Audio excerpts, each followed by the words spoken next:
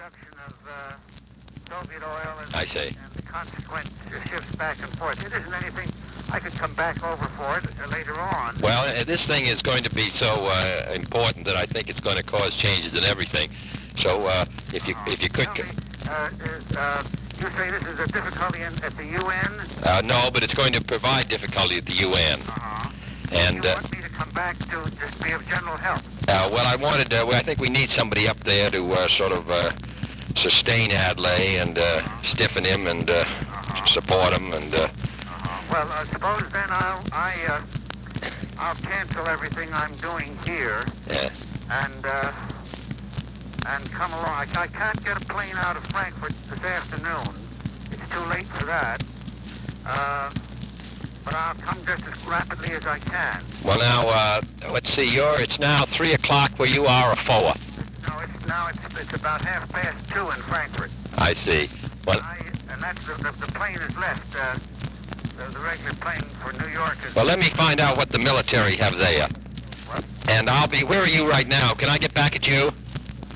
Hello? Of course. Hello, can I get back at you? I just want to find out what the military have there. Right, okay. Where are you now? I'm now at the Frankfurter Hof. Frankfurter Hof. In Frankfurt. Yeah. And I don't want you to go to the brother. Can I get... No, I'll check with my military. I'll get my air aid on the thing, and then we will be back. I'll just wait to hear a further call from you. Yeah. Or some representative. I'll be back in the next few minutes. Okay. Thank you. Okay. Thank you. Waiting.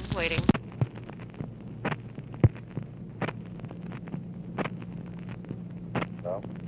Just a moment, sir. He'll be right with you. Hello. Hello? John, how are you? Fine. How are you, Mr. President? Very good indeed. I just wondered, are you going to be seeing Kuznetsov tonight? I saw him.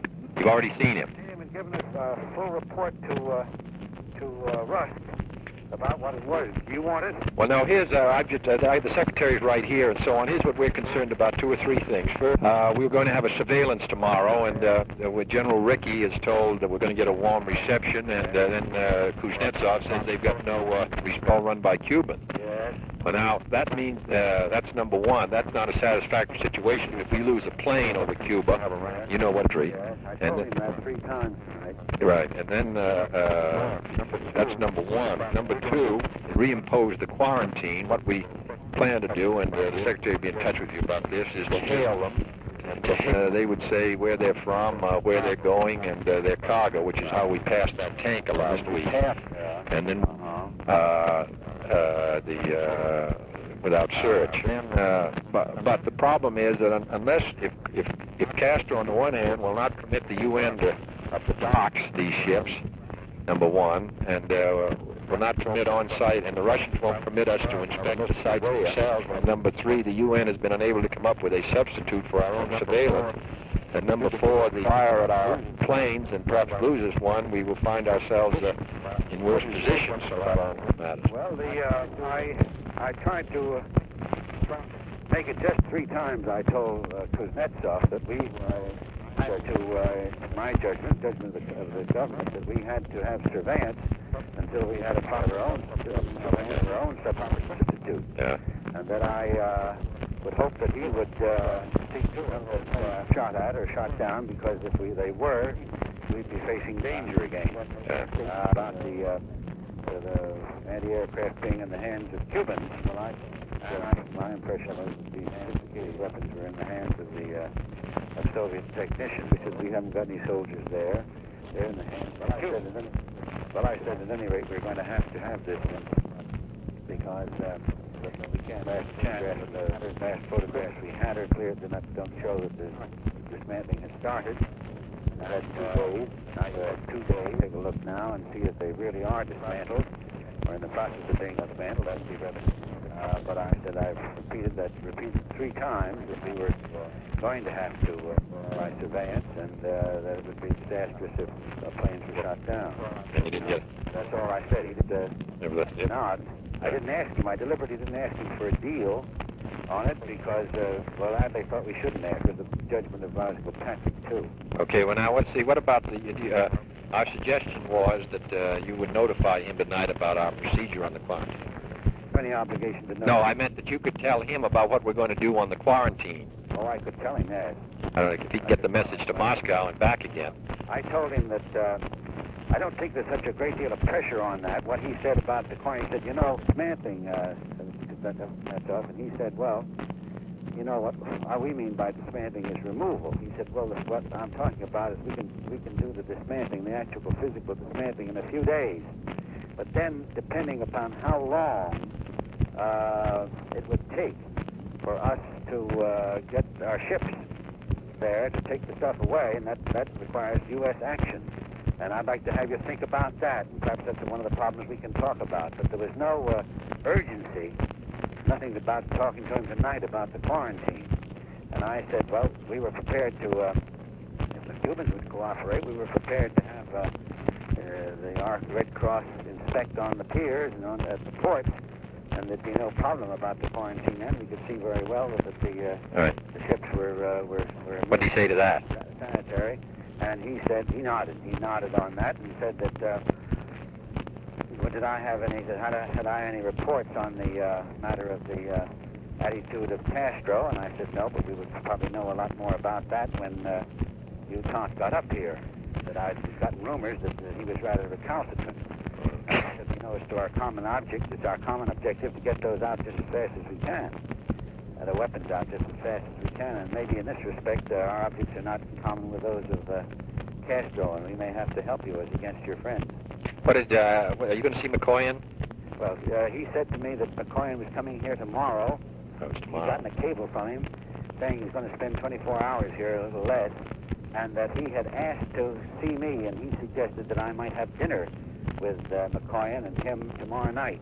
Yeah. At the Soviet headquarters here. But he said that specifically McCloy had asked whether it would be possible for him to see me on the way to Havana. Yeah, well, I think he ought to see you and get these points. Yeah. Well, now, what we need to just take care of tonight are two or three things. First, to tell Kuznetsov, maybe tell him by phone what we're going to do on the quarantine. You know, we're just going to hail them like we did with that tank. What was the name of that tanker? The Bucharest. The procedures we follow with the Bucharest are what we'll follow on the quarantine. It'll be a hail, and I guess it's they just say where they come, where they're going, and their cargo, and we'll pass them.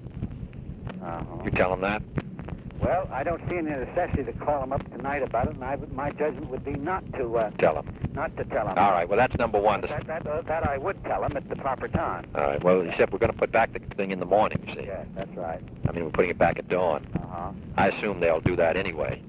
Yeah, they don't. I think I could talk to him about that, or talk to him tomorrow about it. Okay. My feeling is that if I call up tonight, it looks a little bit as if I'm anxious. A little bit. Now you don't think there's anything more we can say about this, because we don't want to lose a plane tomorrow about this firing. You think you've made that as strong as you can make it? As strong as I stated 3 times that it would be disastrous if the planes were shot down. He did come back with the business about the Cubans. Didn't make any about it. I didn't ask for a commitment. But he certainly is on full notice that our planes are going in, and that it would be a very serious thing if they were shot down. I see. Now, Adlai, I think, feels that it wouldn't be wise to restart this surveillance tomorrow. We ought to let another day go by. I can't see that another day would help very much. I think we'd have the same problem, and maybe a more difficult problem. Yeah, well, we're going to go ahead. We're going to go ahead with the surveillance. Well, Adlai has, I think, I ought to state his view. Right. He said that he thought that until we had a chance to talk to Utah and get a full picture of the thing. When are they going to see Utah? We're apparently not going to see him. He doesn't get in until 9:30. He sent word he's going straight to his house. To his house. He's not coming to get the United Nations, and will talk to us tomorrow morning. I see. You don't know what time? No, I just think the first thing. All right. Well, I tell you what. We'll hold up the surveillance till you've had the conversation with Utah. So, because we can just put the surveillance on for the afternoon. Now. What? I guess that's all. I guess that's the full story of my talk. Just a second. I gave you. You'll have a telegram on it. It's obvious that he's trying to. Jack. Yeah. We've got to have a report from Lieutenant tonight on how he sees the situation in his visit to Havana. So we really got to insist on that. Now. Okay. So let's get somebody over there. It could be you, or it could be George Ball, or Rosgill Patrick, anybody. on the team there, but I think we ought to get somebody over and get either Utan or General Ricky. Yes, yes. Because this could affect a good many decisions we're having to make here. Okay, I'll lay that on. And you call me when you get the report on it, huh? Okay, I'll either call you or have them call you. I like to get first hand so I don't have to transmit it like that. Yeah. Okay, fine. Okay, well. Thank you.